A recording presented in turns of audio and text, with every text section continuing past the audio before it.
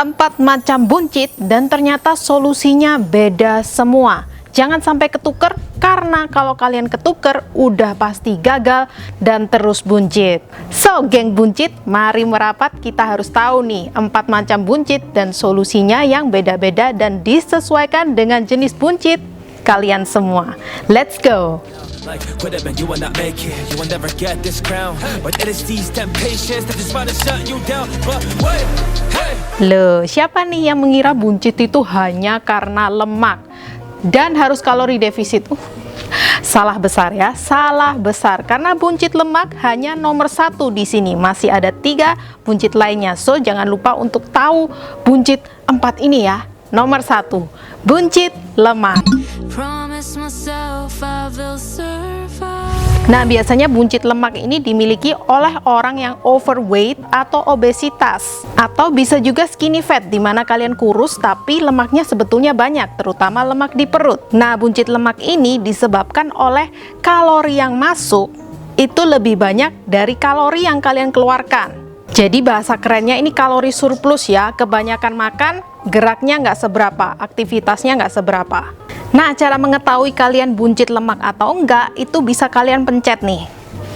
Nah, kalau kalian pinch atau cubit gini itu benar-benar keluar ya, benar-benar bisa dicubit dan tidak sakit, itu berarti kalian buncit lemak. Dan juga bisa dikonfirmasi oleh timbangan massa otot atau massa lemak. Jadi kalau kalian massa lemaknya ini udah 30 ke atas, udah pasti biasanya itu kalian buncit lemak. Dan biasanya kalau kalian overweight dan obesitas, itu buncitnya nggak hanya di perut ya. Jadi lengan ini juga ngelambir ke bawah, paha juga ngelambir. Pokoknya overall body kalian itu gelambir, dan gelambirnya gelambir lemak.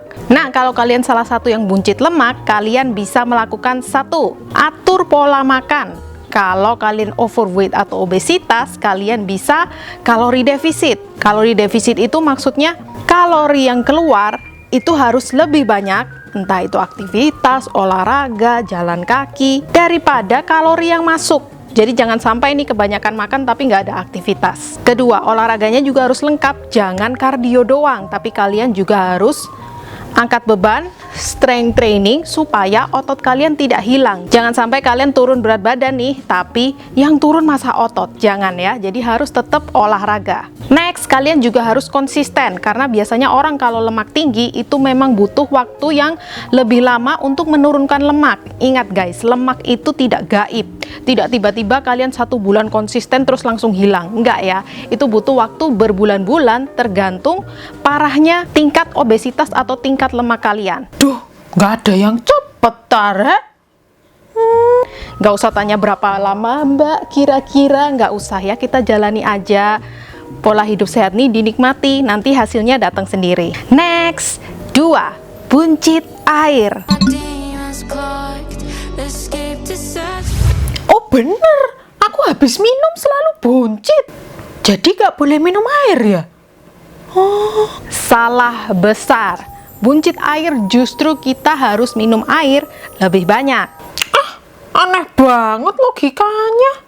Karena ketika kita kekurangan air, tubuh itu bahasanya begini, oh kekurangan air, oke, aku harus simpan air sebanyak-banyaknya. Malah jadi buncit air, gelambir air. Jadi solusinya ketika kalian buncit air, kalian harus 1, minum air cukup sesuai kebutuhan air kalian ya. Jadi kalau orang Indonesia itu biasanya 2-3 liter, kalau kalian olahraga nih bisa dilebihin sedikit. Karena kita kan di daerah tropis, jadi jangan sampai kita keringetan nih terus kekurangan minum air ya. Kedua, kurangi konsumsi garam. Loh, berarti bener itu diet anti garam itu. Oke. Salah lagi. Yang dimaksud mengurangi garam itu mengurangi makanan-makanan yang tinggi akan garam. Contohnya ciki-cikian, makanan-makanan kemasan tuh biasanya garamnya tinggi banget untuk menciptakan rasa umami dan juga pengawet alami ya. Hindari makanan-makanan kemasan yang asinnya berlebihan. Kalau kalian sudah mengurangi makanan-makanan kemasan, itu kalian sudah mengurangi drastis garam-garam atau tingkat sodium dalam tubuh kalian. Loh, berarti bener itu diet anti garam itu. Oke. Enggak juga guys, karena ketika kita tidak makan garam, itu memang turunnya cepat ya, tapi begitu kalian konsumsi garam sekali aja langsung naiknya nambah, kembali ke BB semula. Jadi sebetulnya diet anti garam itu hanya teknik marketing. Turunnya cepet, begitu makan garam sedikit udah kembali semua. Buncit air juga disebabkan oleh karbohidrat yang terlalu kebanyakan. Karena karbo setiap 1 gramnya itu mengikat 3 gram air. Jadi bayangkan kalau kalian makan misalnya 100 gram atau berapa gram, ya tinggal aja dikali 3. Makanya airnya itu kayaknya banyak banget ya di sini ya. Loh, oh jadi diet karbo bener ya? Oh gitu.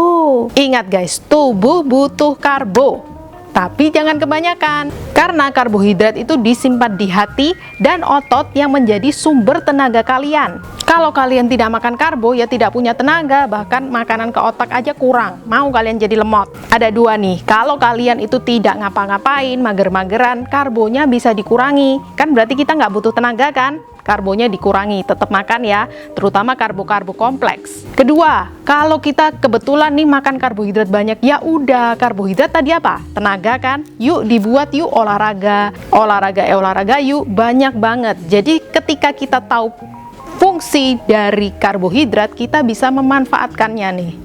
Cara membedakan buncit air dan buncit lemak. Kalau buncit air itu biasanya terjadi hanya beberapa hari, kemudian nextnya normal, terjadi beberapa hari normal. Kalau kalian buncitnya terus menerus, gelambirnya ada nih terus menerus puffy, gembul di sini, itu biasanya buncit lemak. 3. Buncit yang setiap hari kita mengalami, saya mengalami, Anda mengalami, dan buncit setelah makan. Loh ini baru betul, aku makan apa aja itu naik 2 kilo, buncit. Lah padahal makananku makanan sehat. Apa gak usah makan aja aku? Setelah kita makan, mau sesehat apapun, pasti perut buncit, pasti berat badan naik.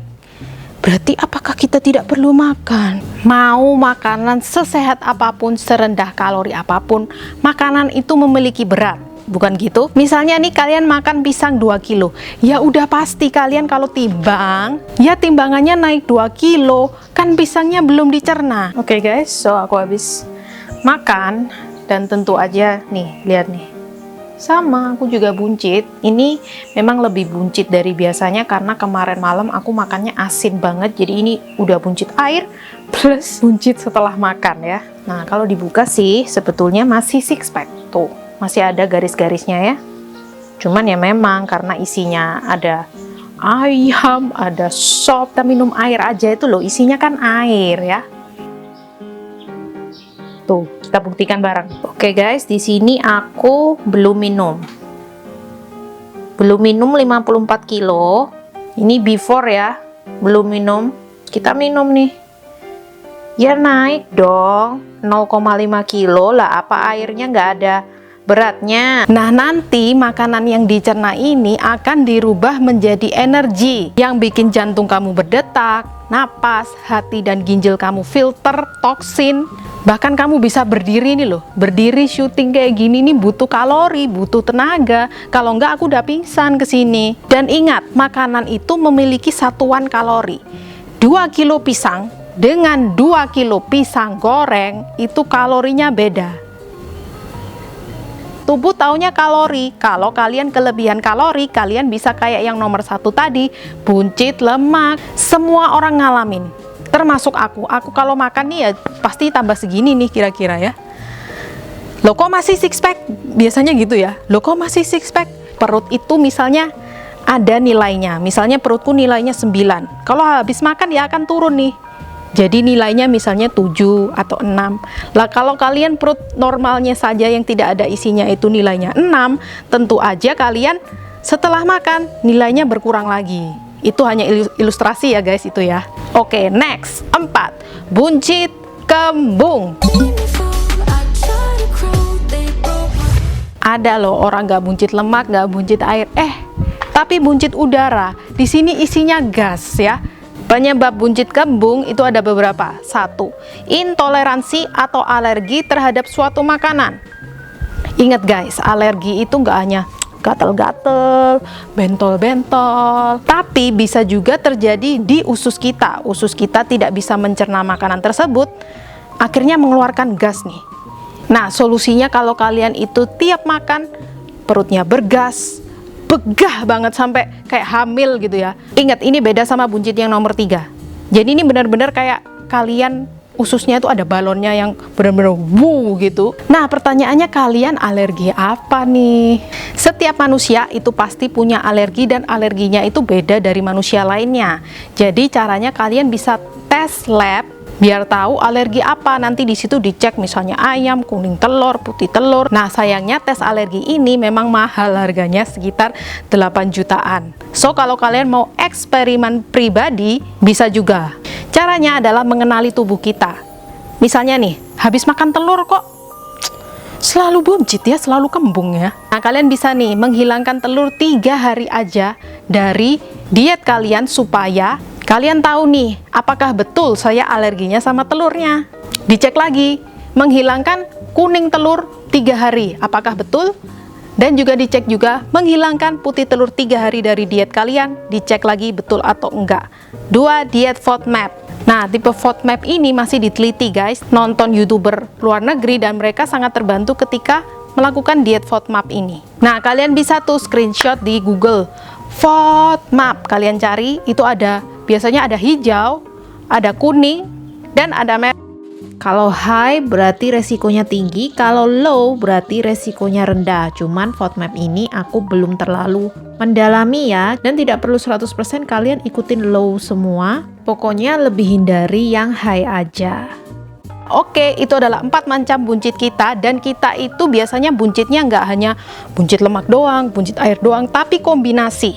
Asal kalian bisa membedakan dan tahu bedanya, itu udah 1 step lebih daripada kalian dulu buncit kalori defisit, buncit kalori defisit. Belum tentu lah, kalau kalian udah kurus banget ya, cuman buncit perutnya aja terus kalori defisit, ya metabolisme tambah turun dong, ya kan, ya kan. Ingat tadi kalori defisit itu adalah solusi dari buncit lemak yang pertama. Jadi jangan sampai ketuker buncit setelah makan, panik nih, buncit setelah makan, kayak orang hamil. Akhirnya kalian kalori defisit atau bahkan tidak makan. Ya enggak, wajar bagi semua orang termasuk aku. Buncit ya gini loh, habis makan ya gini loh. Jangan exit dulu karena ada kelima, buncit belum BAB.